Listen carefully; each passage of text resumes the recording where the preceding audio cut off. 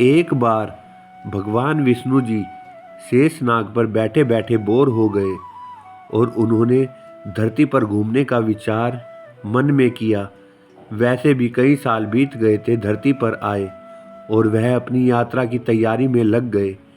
स्वामी को तैयार होता देखकर लक्ष्मी माँ ने पूछा, आज सुबह सुबह कहाँ जाने की तैयारी हो रही है? विष्णु जी ने कहा, हे लक्ष्मी, मैं धरती लोक पर घूमने जा रहा हूँ। तो कुछ सोचकर लक्ष्मी माँ ने कहा, हे देव, क्या मैं भी आपके साथ चल सकती हूँ? भगवान विष्णु ने 2 पल सोचा, फिर कहा, एक शर्त पर तुम मेरे साथ चल सकती हो। तुम धरती पर पहुंचकर उत्तर दिशा की ओर बिल्कुल मत देखना।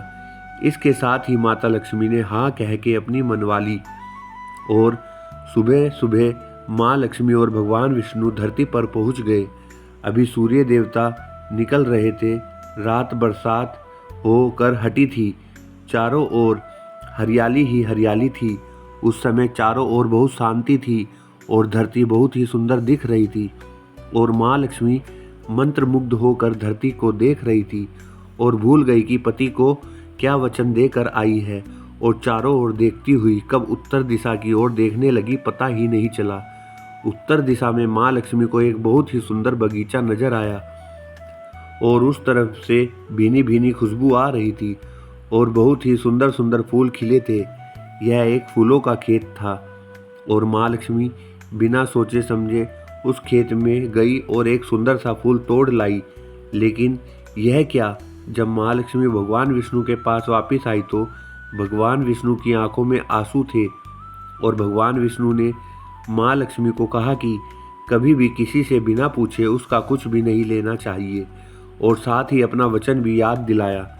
माँ लक्ष्मी को अपनी भूल का पता चला तो उन्होंने भगवान विष्णु से इस भूल की माफ़ी मांगी। तो भगवान विष्णु ने कहा कि जो तुमने जो भूल की है उसकी सज़ा तो तुम्हें ज़रूर मिलेगी। जिस माली के खेत से तुम नए बिना पूछे तोड़ा है, यह एक प्रकार की चोरी है। इसलिए अब तुम 3 साल तक माली के घर नौकर बनकर रहोगी। उसके बाद मैं तुम्हें वैकुंठ में वापस बुलाऊंगा। माँ लक्ष्मी ने चुपचाप सर झुकाकर हाँ कर दी। आजकल की लक्ष्मी थोड़ी ही थी और माँ लक्ष्मी एक गरीब औरत का रूप धारण करके उस खेत के मालिक के घर गई। घर क्या, एक झोपड़ा था और मालिक का नाम माधव था। माधव की बीबी 2 बेटे और 3 बेटियां थी। सभी उस छोटे से खेत में काम करके किसी तरह से गुजारा करते थे।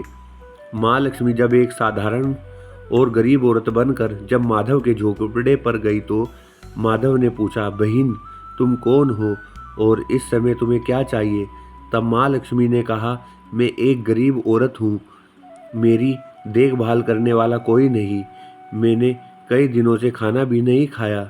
मुझे कोई भी काम दे दो, साथ में मैं तुम्हें घर का काम भी कर दिया करूँगी। बस मुझे अपने घर में एक कोने में आसरा दे दो। माधव बहुत ही अच्छे दिल का मालिक था। उसे दया आ गई, लेकिन उसने कहा, बहन मैं तो बहुत ही गरीब हूँ। मेरी कमाई से मेरे घर का खर्च मुश्किल से चलता है। लेकिन अगर मेरी 3 की जगह 4 बेटियाँ होती तो मैंने गुजारा करना था। अगर तुम मेरी बेटी बनकर जैसा रूखा सूखा हम खाते हैं उसमें खुश रह सकती हो तो बेटी अंदर आ जाओ। माधव ने माँ लक्ष्मी को अपने झोपड़े में शरण दे दी और माँ लक्ष्मी 3 साल उस माधव के घर पर नौकरानी बनकर रही। जिस दिन माँ लक्ष्मी माधव के घर आई थी उससे दूसरे दिन ही माधव को इतनी आमदनी हुई फूलों से कि शाम को एक गाय खरीद ली। फिर धीरे धीरे माधव ने काफ़ी ज़मीन खरीद ली और सब ने अच्छे अच्छे कपड़े भी बनवा लिए और फिर एक बड़ा पक्का घर भी बनवा लिया। बेटियां और बीवी ने गहने भी बनवा लिए और अब मकान भी बहुत बड़ा बनवा लिया था। माधव हमेशा सोचता था कि मुझे यह सब इस महिला के आने के बाद ही मिला है। इस बेटी के रूप में मेरी किस्मत आ गई है मेरी। और अब 2 से 3 साल बीत गए थे, लेकिन माँ लक्ष्मी अब भी घर में और खेत में काम करती थी। एक दिन माधव जब अपने खेतों से काम खत्म करके घर आया तो उसने अपने घर के सामने एक द्वार पर एक देवी स्वरूप गहनों से लदी एक औरत को देखा।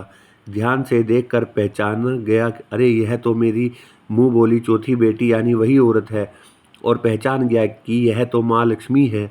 अब तक माधव का पूरा परिवार बाहर आ गया था और सब हैरान होकर माँ लक्ष्मी को देख रहे थे।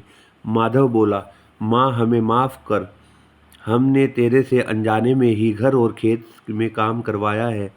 माँ, यह कैसा अपराध हो गया है, माँ हम सबको माफ़ कर दे।